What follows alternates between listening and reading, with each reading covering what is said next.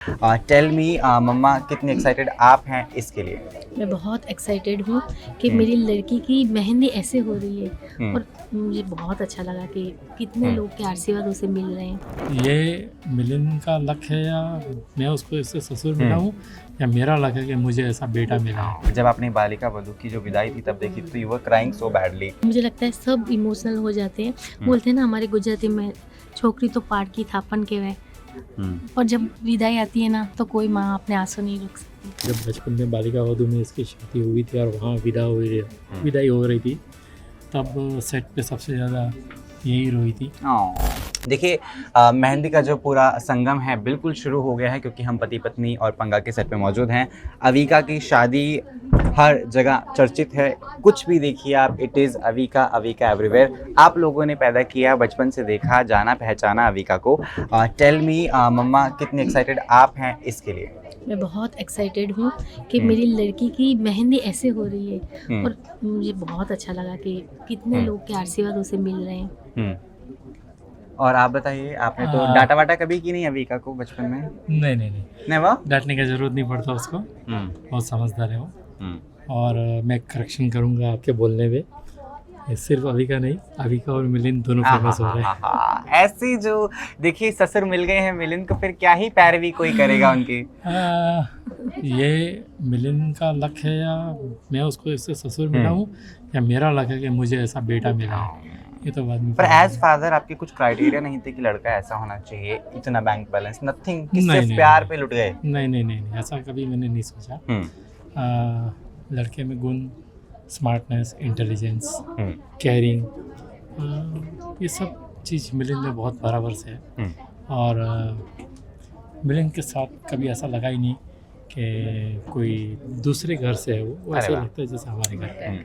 आप बताइए मम्मी जी, इतनी बार आपने, है ना, दोनों ने ही हालांकि अविका की शादी ऑन स्क्रीन देखी है। मैं तो बोल भी हूँ कि जो बालिका वधू है फाइनली वो असल बहू, है ना, वधू बनने जा रही है।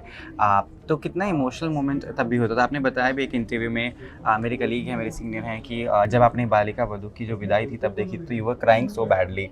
तब तो फाइनली होगी, दैट टू सारा देश देखेगा आपके साथ।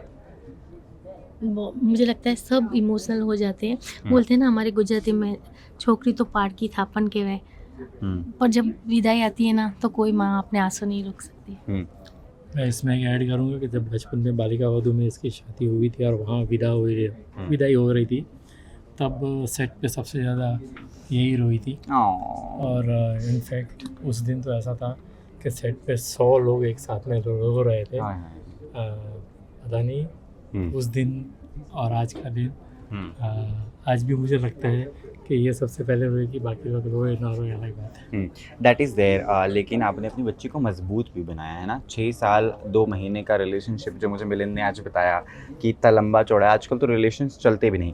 आपके कौन कौन से गुण हैं जो आपने अविका को दिए? क्योंकि हमारे जो पुरख हैं या ना हमारे मम्मी पापा हैं, उनकी शादियाँ हमने देखी है चलते हुए लंबे अरसे तक, लेकिन आजकल बड़ा मुश्किल हो जाता है। तो कौन कौन से गुण, टिप्स, ट्रिक्स आपने अपनी शादी के उनको दिए? टिप्स के मामले में अगर मैं कहूँगा तो हमने सिर्फ ये ध्यान रखा है कि परवरिश इतनी अच्छी हो कि वो कम्युनिकेट करे अपने पेरेंट्स के साथ कि उसको क्या हो रहा है लाइफ में, क्या चल रहा है उसकी लाइफ में, और उसको आगे कहाँ जाना है, क्या करना है, वो बात करे, चुप नहीं रहे। दूसरा, हमने उसको ये कहा था कि कल से आज बेटर होना चाहिए। ये ऑलवेज एक लाइफ में मोटो होना चाहिए कि जो कल गुजर चुका है उसको लेके नहीं बैठना, अपने को आज कैसे बेटर कर सके ये अपने को ये देखना है। और अविका खुद इतनी समझदार है, इतनी अच्छी ऑब्जर्वर है कि उसने बचपन से सारी चीज़ें देख देख के सीखी है। बिल्कुल। तो वो उसने लोगों का बिहेवियर, लोगों की फैमिलीज़ और खुद के फैमिली में हर जगह जाके वो अपने आप को सीख के ही आगे आई है।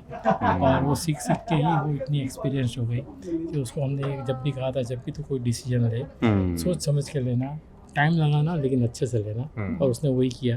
तो we are not at all in a point कि हम लोग सोचे कि उसने गलत सोचा या सही, उसने जो भी सोचा या जो भी डिसाइड किया है, everything is okay for us. माता जी आप चुप क्यों हैं? मुझे पता है आपको बड़ा डर लगता है कि कहीं मैं कुछ गलत ना बोल दूं, इसलिए सारे सवाल लोचा। पापा पे पैन कर दिए जाते हैं। कोई लोचा ना मार दो। लोचा ना मारो, आई लव दिस वर्ड।